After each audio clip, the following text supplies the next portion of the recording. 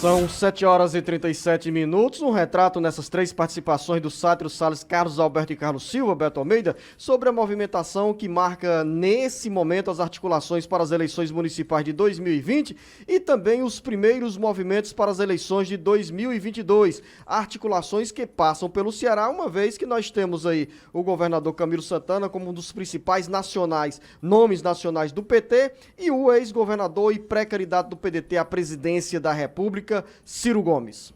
Situação difícil, viu, Luciano, para o PT, porque na realidade essa eleição que foi esmagadora, né, do Conin, ele teve aí 95% dos votos na escolha dele para a presidência do diretório, para se manter na presidência do diretório, disputando com o Deodato Ramalho, que fica no comando do partido até o final do ano. Mas isso mostrou o quê, Luciano?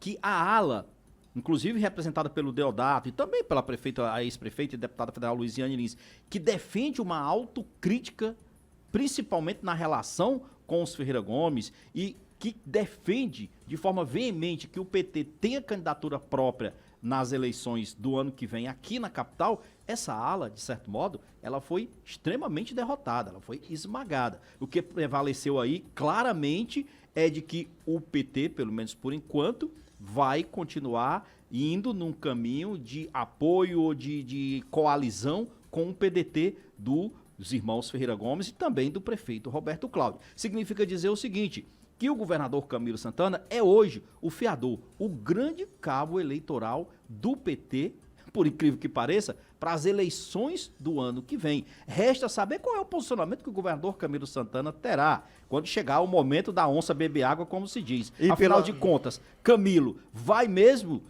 participar da tese de que o PT deve ter candidatura própria, ou como aliado que ele é do prefeito Roberto Cláudio e também de Ferreira Gomes, vai defender que o PT continue, por exemplo, aliado e indique, por exemplo, um candidato a vice nessa chapa supostamente defendida aí dessa coalizão com o PDT? O certo é, Beto Almeida, que o PT terá candidato à Prefeitura de Fortaleza e das demais capitais brasileiras, né?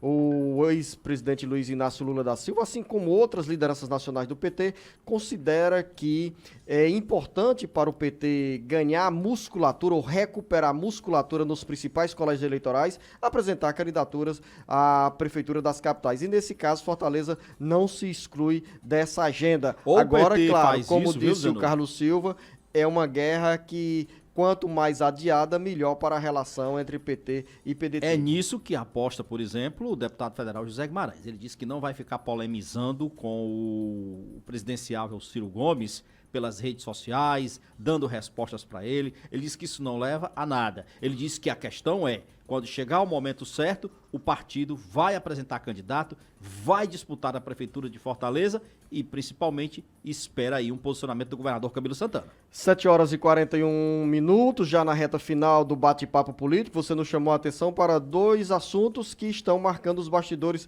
da política do Ceará. Primeiro, essa guerra travada dentro do PSL nacional, com reflexo direto no Ceará, envolvendo o deputado federal Heitor Freire e os deputados estaduais, delegado Cavalcante e André Fernandes. Qual é o novo capítulo dessa história? Tem novo capítulo. E o novo capítulo é exatamente o quê?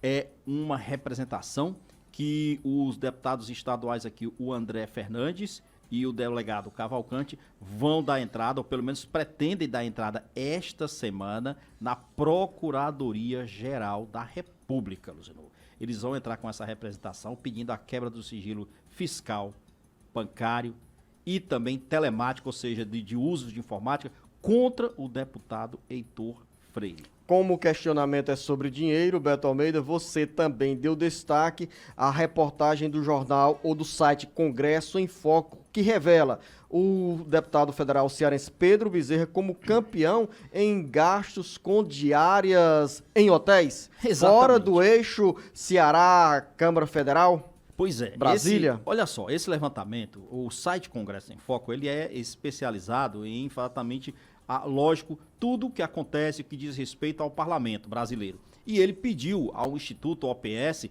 para que fizesse uma pesquisa, um levantamento para saber quais os custos dos deputados federais com hospedagem. E a surpresa veio exatamente daí. Segundo esse levantamento realizado pelo Instituto, os deputados brasileiros, né, os nossos deputados federais, eles gastaram nada menos de que R$1.268.000 com hospedagens no Brasil e no exterior. Isso apenas neste ano de 2019. Os 513 deputados federais, entre eles os que viajaram, Isso porque que- deu a impressão que isso. você faz referência aos 22 deputados federais. No Ceará, Não. por exemplo, no Ceará, Isso é o dos todo. 22 deputados federais, o Pedro Bezerra é o campeão desses gastos. São E- gastos considerados absurdos, Beto? O que é que tem de exagero para chamar tanto Então atenção? vamos lá, o que tem aqui, o que o site encontra como exagero ele diz que o deputado que gastou mais para se hospedar é um estreante. Esse estreante é aqui do Ceará, é o Pedro Augusto Bezerra, filho do ex-deputado federal e atual prefeito de Juazeiro do Norte, o Arnon Bezerra. O Pedro foi eleito com 119 mil votos, Luciano, e ele gastou exatamente neste ano de 2019, com 22 diárias, ele gastou R$24.300 em pagamento de diárias de hospedagem. Agora, olha só, dessas 22, 15 delas foram gastas com pagamento de hospedagens de hotel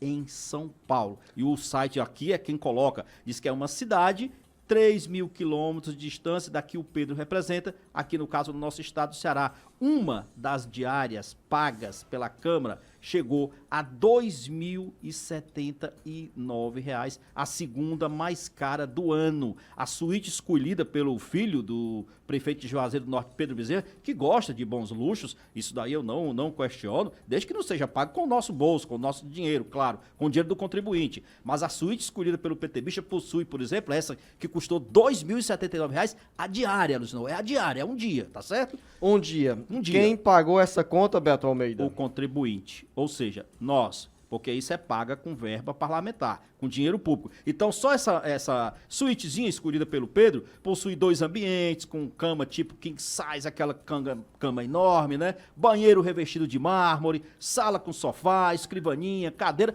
e mais uma dezena de comodidades. O Pedro gosta de polêmica, é estreante, mas já estreia com quem sabe o que quer e como fazer as coisas. Porque ele, inclusive, é alvo de ação, tem até pedido pra... Antes, Sim, pois não. Pode... Antes de assumir o mandato, o Pedro Bezerra foi alvo de uma ação da Polícia Federal, do Ministério Público Eleitoral, Isso. que o investigou por suspeita de uso da máquina administrativa da Prefeitura de Juazeiro do Norte, administrada pelo pai Arnon Bezerra, para garantir votos na região do Cariri. Exatamente, é a Operação Grambel, uma das que foi desencadeada lá em Juazeiro do Norte, que aponta exatamente o uso ilegal de recursos públicos e também a coação de servidores terceirizados nas secretarias de Educação e de Saúde de Juazeiro para votar pelo parlamentar Pedro Augusto Bezerra.